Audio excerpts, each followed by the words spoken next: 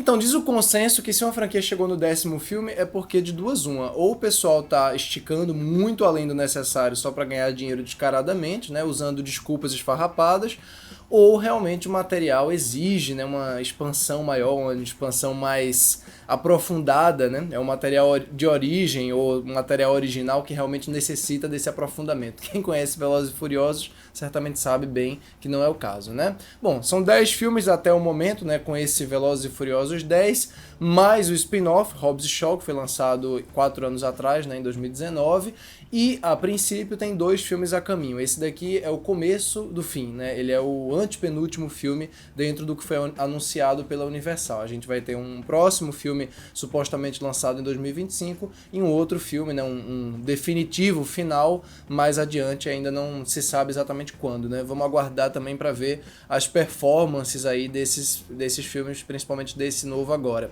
Antes de entrar em mais detalhes sobre o porquê de eu não gostar de modo geral de Velozes e Furiosos e particularmente desse 10º filme, eu vou lembrar você que por acaso ainda não fez isso, não se esqueça aqui embaixo de se inscrever no canal, de curtir o vídeo também, porque isso ajuda muito o canal a crescer, e logicamente deixa o sininho das notificações que tem aqui embaixo ativado, porque só assim você vai receber notificações quando a gente postar vídeos novos aqui no canal. E se você quiser acompanhar outros comentários que eu estou fazendo sobre cinema, você pode me seguir tanto na minha conta do Letterboxd quanto na minha conta do Twitter, onde eu estou sempre fazendo comentários sobre lançamentos e outros assuntos dentro do universo do cinema.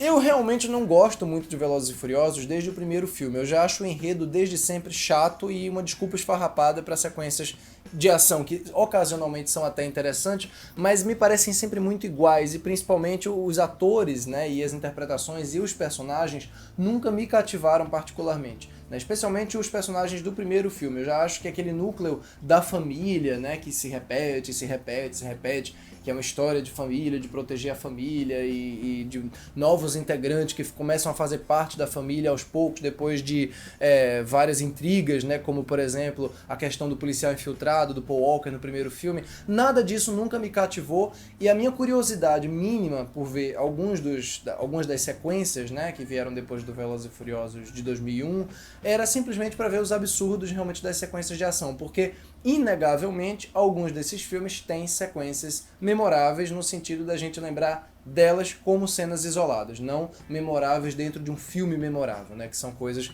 bem diferentes. O 7º filme foi dirigido pelo James Wan, que é o maior autor talvez que já comandou qualquer filme de Velozes e Furiosos, e por isso que ele talvez seja o mais perto de bom que qualquer filme da franquia chegou. Esse 10º filme é dirigido pelo Louis Leterrier, que pra mim é um dos piores diretores ever. Assim, se você for colocar ele como um dos grandes funcionários de ação da indústria, ele pode até ser um nome óbvio para dirigir Velozes e Furiosos. Aqui é o primeiro Velozes que ele está dirigindo no caso. Mas ele fez, por exemplo, o Incrível Hulk com o Edward Norton, ele fez o Fúria de Titãs, ele fez o Truque de Mestre. Definitivamente eu não gosto de nenhum filme que ele dirigiu, esse daqui não é exceção. A grande diferença de Velozes 10 em relação a outros que o Leterrier fez é que nem a ruindade é particularmente original, porque se você pega o Fúria de Titãs e até mesmo o Incrível Hulk, tem momentos toscos e feiosos que pelo menos você lembra mais deles. Aqui não, aqui com exceção de uma sequência de explosão específica e outra mais adiante que envolve um carro sendo levantado por helicópteros, essa cena não é spoiler, tá no trailer também. Aliás, o trailer tem 4 minutos de duração, enfim, é quase uma versão compacta, né, do filme. No geral, ele realmente não tem brilho, né? Ele parece um filme dirigido por segunda unidade de efeitos visuais, misturado com o pessoal da equipe de marketing, que é responsável, lógico, por colocar um monte de figurões para fazer aparições, que é outra característica que se tornou predominante em Velozes e Furiosos, né, principalmente a partir do 4º, 5º filme, essa coisa de você ter personagens adicionais e atores novos, né? Nos últimos filmes você tem, por exemplo, a vilã da Charlize Theron, aí agora nesse 10º filme tem o Jason Momoa fazendo o maior vilão, o maior e mais poderoso da série até o momento, né? Que é certamente o maior destaque do filme. E quando eu falo destaque, eu não estou falando necessariamente que eu gosto dele no filme, mas é a coisa que mais chama a atenção e que mais diferencia o filme dos demais. Então essa insistência com aparições e consequências malucas realmente tornou Velozes e Furiosos uma fórmula muito fácil para quem tem 340 milhões para gastar no filme, que é o caso, lógico, da Universal. Então, me parece sempre que a gente está vendo a mesma coisa, me parece sempre que os discursos sobre família são exatamente os mesmos, e o Vin Diesel, por outro lado, me parece a cada filme mais apático também. Eu acho que esses últimos dois a gente vê bem isso. Nesse aqui, é uma figura supostamente mais solene, já que ele está enfrentando um martírio que o vilão, interpretado pelo o Jason Momoa, né, tá impondo a ele, essa coisa do sofrimento, e aí você tem essa lógica da fé sendo colocada em primeiro plano o tempo inteiro, né? O próprio pôster do filme dele com a cruz já deixa isso bem claro, a proteção ao filho e tudo mais, é como se ele tivesse que sofrer e sofrer e sofrer. Mas esse sofrimento é nulo, né? Porque não tá na cara do Vin Diesel, que não muda de expressão em nenhum momento, esse sofrimento não tá no corpo dele, não tá no físico dele, não tá na encenação do Louis Leterrier, que mal é uma encenação, na minha opinião.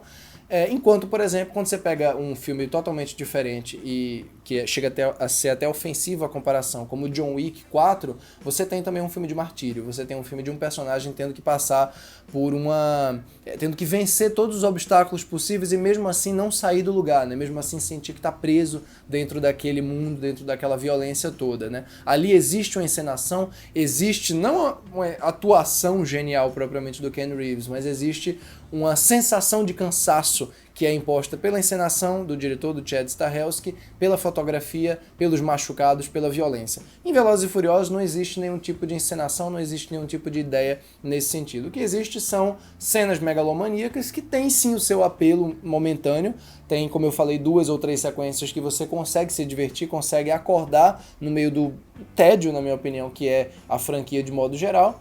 E mais importante do que tudo isso para quem acompanha e para quem se importa de alguma forma com a franquia enquanto uma saga, né? Ele acaba de maneira completamente incompleta, esse filme. Ele não é nem ele não tem nenhum fechamento mínimo que seja com um cliffhanger para a sequência. Não, ele realmente termina com um final de episódio de seriado, né? Ele termina incompleto mesmo. Mais incompleto do que muita gente acusou, por exemplo, o Duna, porque aqui a coisa é completamente interrompida mesmo. Então, assim, definitivamente não gosto. Acho que Velozes e Furiosos já deu o pouco que tinha que dar. E eu acho que esse 10º filme em particular, assim como os últimos, né, o anterior e o 8º também, não vão conquistar um público novo propriamente com essa história aqui, muito pelo contrário. Eu acho que o público cativo vai ver da mesma forma, mas a tendência é que esse público diminua significativamente. Eu acho que se você for olhar os números do 8º filme e do 9º, especialmente em território americano, onde Velozes e Furiosos nunca teve o mesmo sucesso que no território internacional, a tendência é que esses últimos filmes gerem talvez menos interesse do público de modo geral, né, e de quem não é iniciado na franquia, do que aqueles do meio do caminho, do 5 ao 7º mais ou menos. E em relação a isso, vou ser sincero, eu só tenho que comemorar.